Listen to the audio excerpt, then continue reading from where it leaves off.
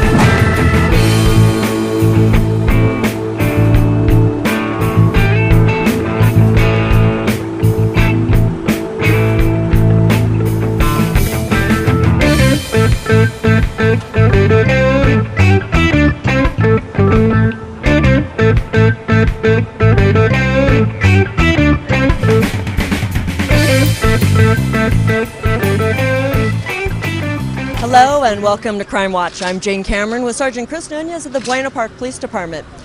We're starting this show off to a pretty big start. There's a lot of activity right here.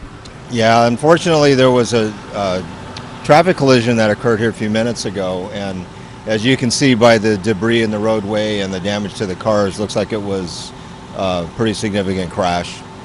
Now, it being 5:30, 6:30 o'clock, on a Thursday night, there's a lot of traffic going through here. I'm surprised the fire engine is parked like this. Yeah, they're actually parked like this because there's a lot of traffic.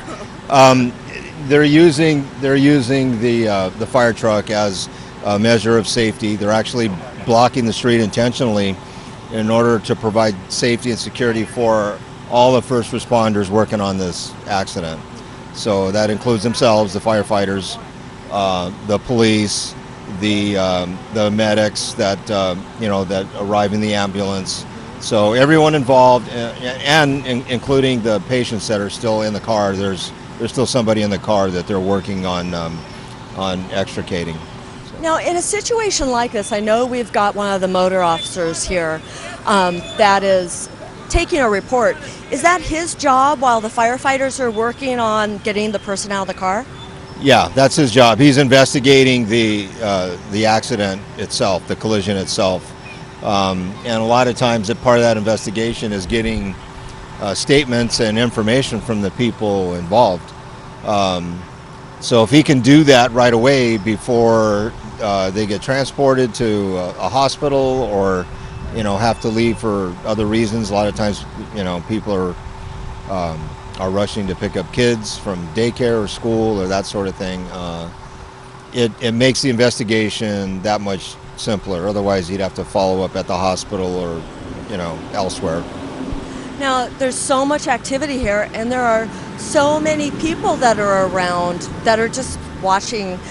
That's kind of normal now, isn't it? It absolutely is. In fact, I only saw a couple of people with taking cell phone video. Usually, that's very common. There's a lot of looky-loos out here, a lot of pedestrian traffic.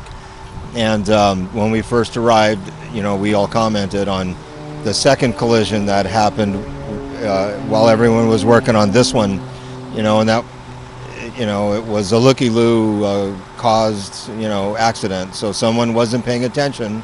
They were looking at, at this crash and ended up getting involved in their own accident because they weren't paying attention to their driving. Well, we're fortunate for our viewers that they don't have to be driving by and stopping, because we're bringing them probably closer than they would ever get if they were driving by, just to see what's going on. We've talked about this, in other shows, and I don't know that we will ever be able to prevent it. It's kind of human nature. People are curious and interested in what's going on. But, we've said it time and time again, especially when you're driving, that's got to be your primary focus. And it's unfortunately all too common that a secondary collision occurs. And I've been on accident scenes where there have been 2, 3, 4 secondary collisions and so on, subsequent accidents, just because people are not paying attention. Now, we're on I guess this is considered a 4-lane highway, 2 lanes each way. And when we first came down this street, there's also an officer that's at the intersection that's blocking all the traffic going in one direction. Yeah, that's done for a whole variety of reasons. We don't want extra traffic in the middle of the accident scene, for safety. Sometimes traffic accidents are actually handled like a crime scene. They are, for all intents and purposes, they are a crime scene. So if we're able to restrict the area, and I know there's a lot of people standing on the sidewalk, but it's done for a number of reasons, to keep the crime scene protected. So there's evidence, if there is evidence that we're worried about, we don't tamper with that. To provide extra safety for the people working on the crash. So, it's a lot more difficult when there's traffic driving through your accident scene, and it just makes it easier for traffic that are trying to circumnavigate the area. This particular street is well traveled. It's evening rush hour. So if we can close it off at major intersections and direct people from there, it actually makes the traffic in the area flow smoother. Well, and it looks like at least one, if not both vehicles, can't be driven. So that means you also have the tow service coming in that'll probably shut down this whole street just because of the back and forth nature that they need to do. Right. Both vehicles are damaged bad enough that they have to be towed. And you're exactly right. Tow truck will get here. They'll have to maneuver in position to pick the vehicles up. The tow companies that respond, part of the contract that they have with the city is to also clean up the debris. There's a lot of that out here. There's a lot of debris.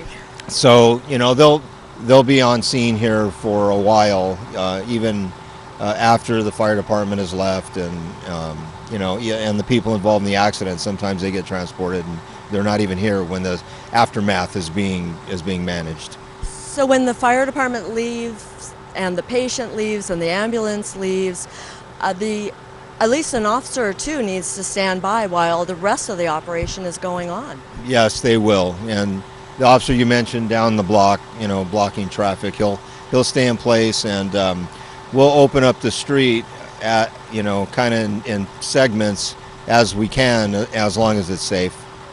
So for people that are driving through here, there may be a little bit of frustration because they can't go directly from point A to point B, or they have to be diverted, but it's all for the safety of what's going on here. What I have to say to that question is, for those of us that have ever been involved in a traffic accident, you know what it's like, especially if it's a serious one where there's injuries. If people that you care about have been involved in an accident, people that family and friends, it's a serious incident, sometimes very traumatic, and you want the first responders to be professionals and do their jobs, conduct the investigation, deal with the patient, take care of your car. I realize it's smashed up, but once you've been involved in an accident, the aftermath, including getting the cars repaired, lasts for weeks and sometimes months. So it's a terrible experience if you're involved in this. So my comment to those frustrated drivers in the area, just try and remember that. We're not out here blocking the street just to frustrate you as well. We're just trying to do the best job we can for the people involved in this crash.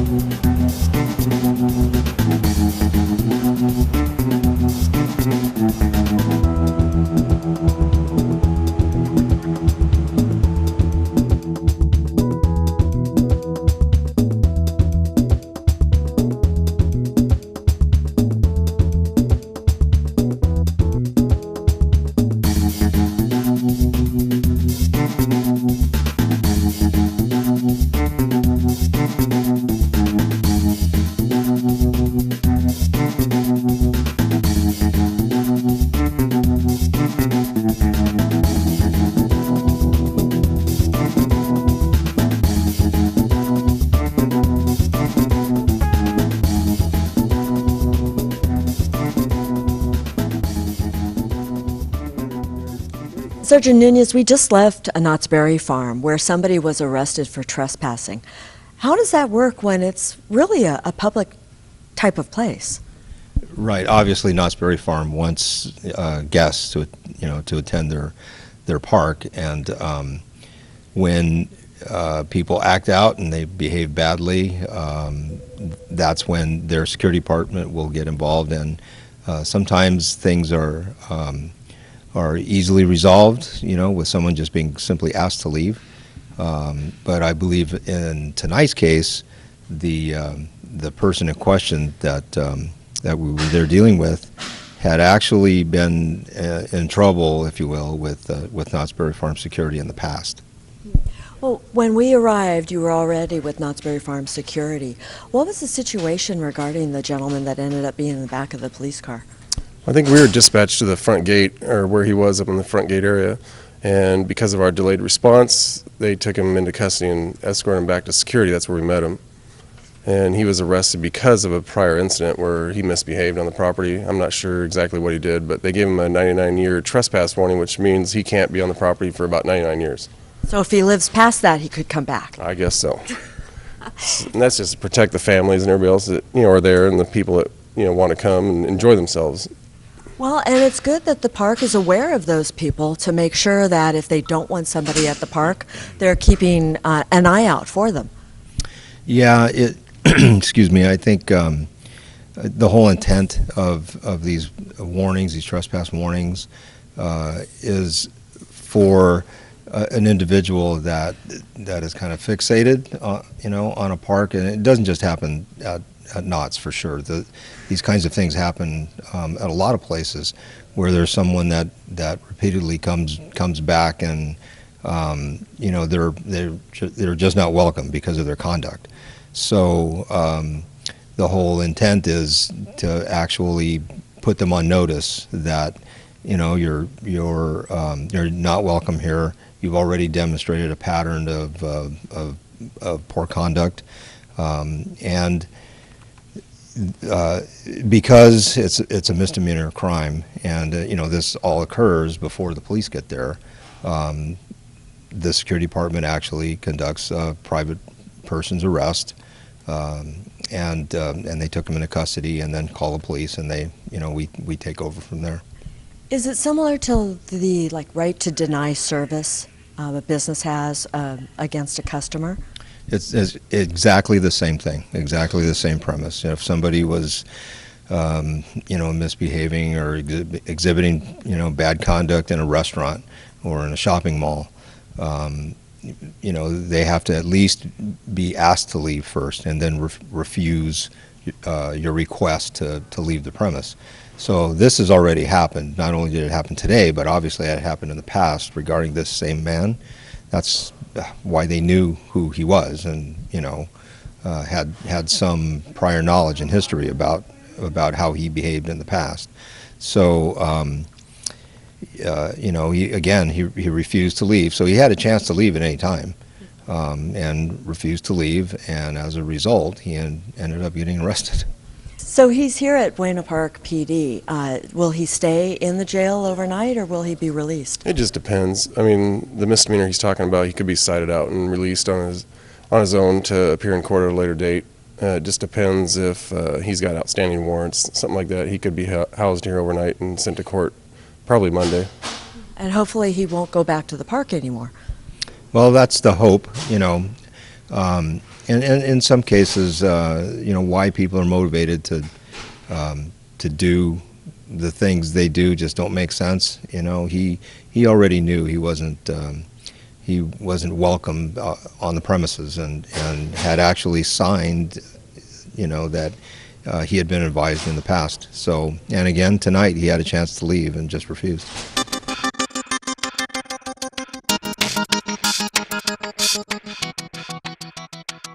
It takes a lot of employees, a village of employees maybe, to make sure that the city of Buena Park is safe. And it's not just the officers out in the field or the dispatchers who get to tell you where to go, but it's also the others, like the records clerks. I know that often we've been out in the field with officers who are arresting somebody, and it sounds like they're checking to make sure that a warrant is valid, or we hear about something. Is that what the records clerks are involved with? That's just a small percentage of what they're involved with.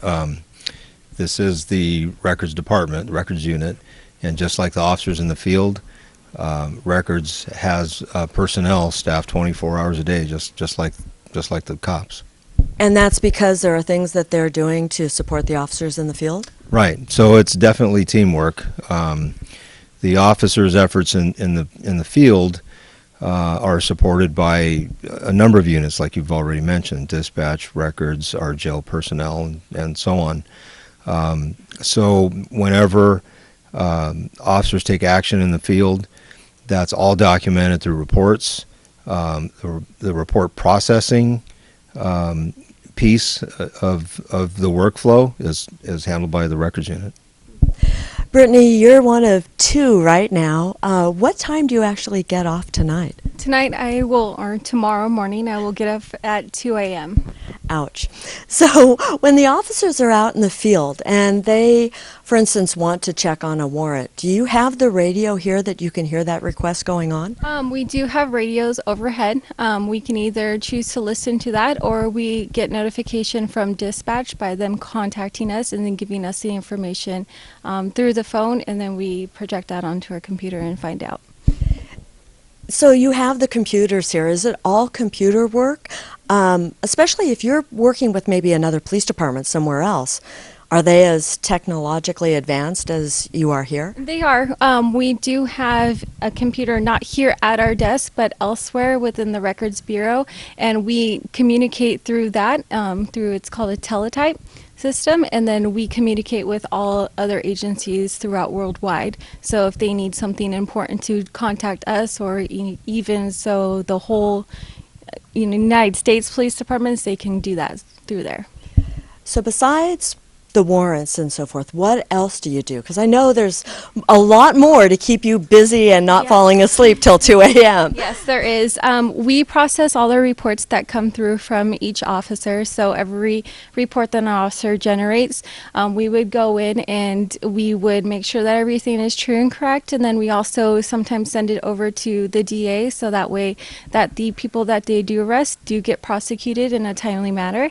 And then also we do send miscellaneous reports over to detectives, so that way the citizens do get their investigations properly handled and sent through. Do you ever get to go out in the field to see what the other side is like? No. We're here. We're here manning our computers and assisting the officers who are out in the field. So. Well, I know that they're right next to all the activity in the department, so being here for a long period of time, even right now, the officers are working on something. So there's always officers in the building. Yeah, typically there are. The office next door is the watch commander's office, and generally that person who's on duty is there next door. But during the training process, it is a good idea to get records clerks out in the field just to kind of see how that whole genesis of documentation begins with an incident in the field. But Brittany's right. Other than that, this is their workspace, and everything that they process for us is done right here. So you can see all the cubicles. It looks pretty empty in here because they're just two out of a larger staff. So since they are on 24/7, just like the officers are, there's only a few records clerks on at any given time. I would think that there are so many factors in law enforcement that are important, starting with the officers and their contact and their documentation, but the documentation seems to continue here. Yeah, it's probably the most important piece. You can do a good job in the field, and unless it's properly documented and all of that paperwork, if you will, is appropriately processed, and it makes its way to the district attorney and to courts. It's part of a bigger system. So it's interesting. I mentioned paperwork, but the trend in the industry is becoming more automated, more digital, and so we have to keep pace with that. So courts are prosecuting cases nowadays, and it's very common for us to send our paperwork, our cases, our court packages to the court by computer, and there is no paperwork.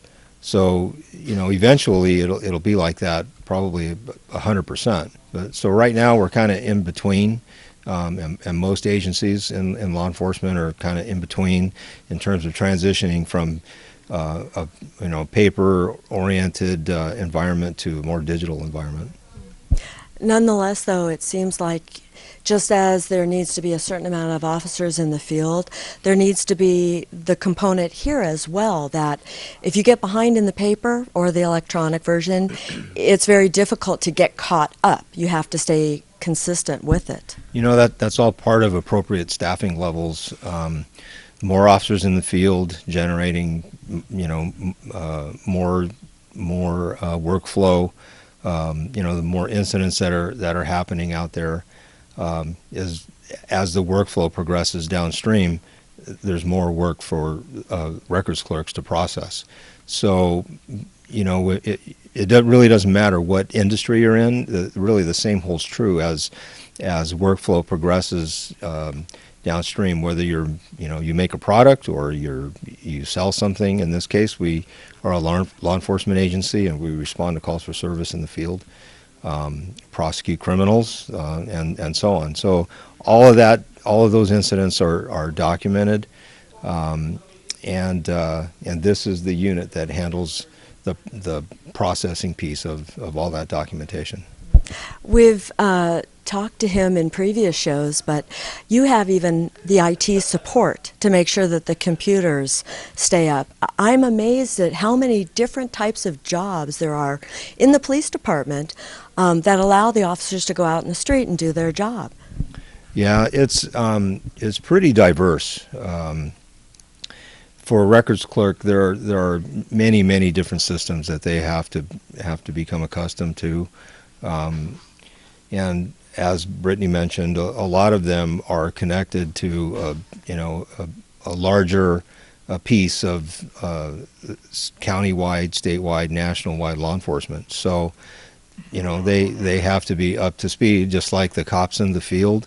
They have to be up to speed with state-of-the-art technologies that enables them to be able to accomplish their work here.